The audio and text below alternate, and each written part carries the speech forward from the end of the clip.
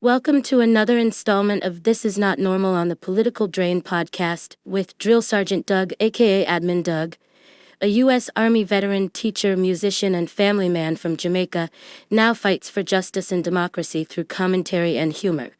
Follow him on YouTube at Political Drain and at Sons of Liberty Official as Drill Sergeant, aka Admin Doug, continues to protect our freedoms. So we bombed Iran and killed the leadership, right? We killed the Ayatollah Khamenei, whatever his name is, the supreme leader. Nobody seems to have an answer for what's next. Until now. Shh. How about this?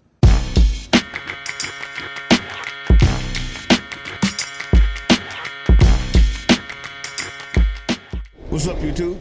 Drill Sergeant here, and I've been talking about this war for way too long, too many times already.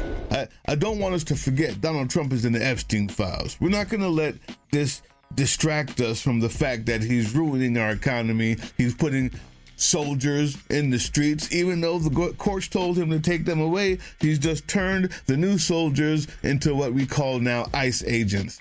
Masked people in the streets, destroying the lives of Americans and the Constitution right along with it. We won't forget that. But you also know, if you've been watching for the past couple of days, I've just been a little confused, is all. I'm just a little confused. So we bombed Iran and killed the leadership, right? We killed the Ayatollah Khamenei, whatever his name is, the supreme leader. And we killed Mousavi, the commander-in-chief of the Islamic Revolutionary Guard Corps. And I see MAGA spiking a fantasy football about the bombing while 27% of Americans support it. According to the latest Reuters poll, at least. And it's been 27% for the last 7 days. It's the same super minority majority, the loudest minority on earth, 27% that support this bombing in Iran. And let's not forget, these are the same people who were chanting no new wars at Trump rallies before the election. And now look at them. Look at them, YouTube. These guys are supporting a new war wholeheartedly with their chest. Trump can flip them quicker than a 14-year-old girl. So it seems. But besides that, nobody seems to have an answer for what's next. Until now. Shh. How about this? I want to take you back briefly to 1994. In 1994, there was a terrorist attack, a bombing at the AMIA Jewish Community Center in Buenos Aires, Argentina. This was caused by a suicide bomber in a van loaded with 300 kilograms of explosives. The attack killed 85 people, more than 300 were injured, and this was the largest terrorist attack in Argentina's history. All right? No one has ever faced any justice for that attack. But in 2025, Argentina courts recognized the attack as a state-sponsored act of terrorism and a crime against humanity. The courts ruled that 10 suspects faced trials in absentia. Now, some of the accused, YouTube, were high-ranking officials within the Iranian government. Also accused were known members of Hezbollah. Yeah. You see, Argentinian prosecutors and international intelligence agencies blamed Hezbollah with direction and support of the Iranian government for the bombing. Interpol issued a red notice at the request of Argentina. This notice specifically named Ahmad Vahidi. Remember that name, because at the time, he was the leader of the Quds forces in Iran. Now, the Quds forces is a branch of the Iranian Revolutionary Guard. These officers are highly trained, similar to the training of our own special forces. But the difference is they're also trained in intelligence. So it's like if you want to mix like our Navy SEALs and our Army Rangers with the CIA. This will be important. This is the branch of the Iranian military that conducts clandestine, foreign operations, like funding terrorist organizations, and planning bombings in places like Argentina. And when you say Iran funds terrorism, you mean the Quds forces. That's what we're talking about. And Ahmad Vahidi was the leader of the Quds forces in 1994. And he is so good at what he does, which is bombing up buildings and killing people and spreading Iran's state-sponsored terrorism. His trial in absentia in Argentina is ongoing this year, after just being approved by the courts to move on. This is where we begin to realize there's no way that anyone in the Trump administration has even considered what the situation in Iran might look like the next day. And it's become so clear that the concept of cause and effect is too complex for Donald Trump. He can't even consider an alternative to pooping himself, let alone what his actions in foreign policy might cause. He's become nothing more than Bibi's lapdog while hiding from the Epstein files. That's a fact. You know how we know it's a fact? Well, because Hegseth said it. And now so did he, the orange guy. They said it, but I want to go back to Ahmad Vahidi, state-sponsored terrorist guy. 4 years after the bombing in Argentina, Ahmad Vahidi left his command position in the Quds forces. He began a slow but steady ascent through the Iranian military and political hierarchy.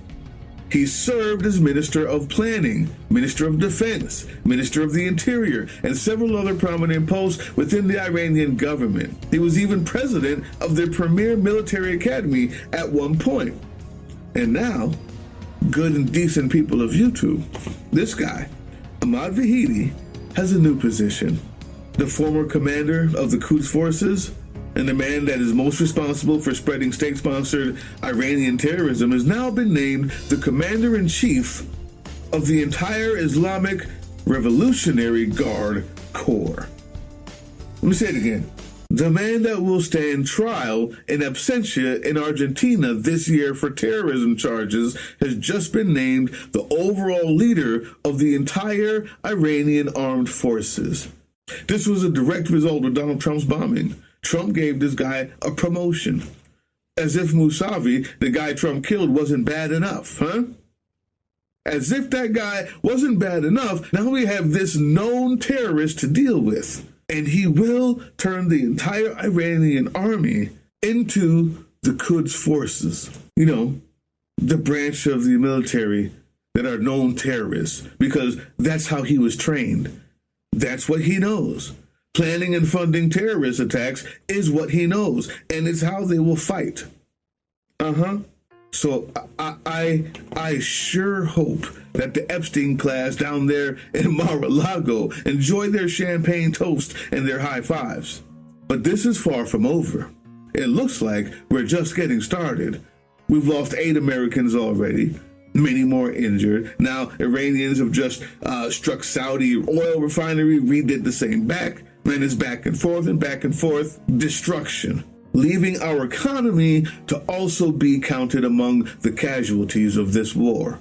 So don't sip that champagne too slowly, because it's a different type of tactics that they will be using. And quite frankly, they're not dumb enough to think it was anybody else's fault. I'm just saying, what's next? What's next, huh? Well, I can tell you this, what's next for you and me, for the resistance. Citizens Impeachment Coalition, FLAIR 5051. We, the resistance, are holding resistance training in D.C. on the 29th. We're lobbying in our own districts on the 30th. We're going to lobby in D.C. on the 27th. This is a No King's Day on the 28th. What you see here is just the beginning. That's what happens next for us. We don't stop fighting. We don't.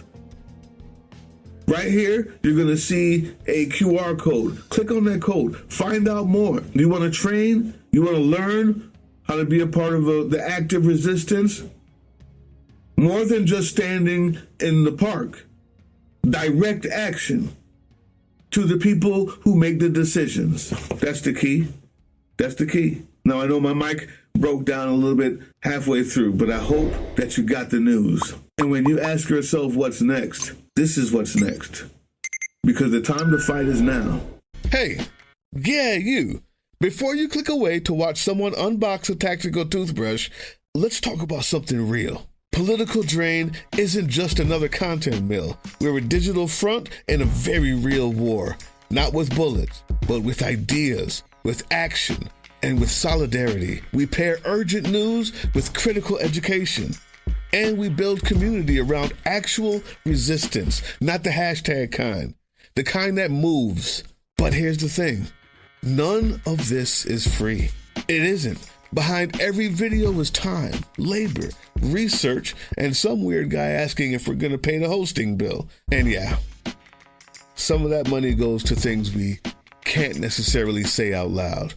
If you know, you know. Let's just say our special ops aren't Call of Duty LARPers. They're people making real moves to protect, uplift, and organize. You're not just funding a channel. You're funding a resistance network in a world where capital still calls the shots. Unfortunately, in a system built on artificial scarcity, even mutual aid has a price tag. And if we want to grow, if we want to win, we need your help. We need your help. So if you've got even a few bucks to spare, toss it our way. It's not for ads. It's not for merch drops, but for people making moves in the shadows so others can do it in the light. It's just us and you. So fund the mission, fund the fight, fund the future, because nobody's coming to save us. We save each other. That's how this works.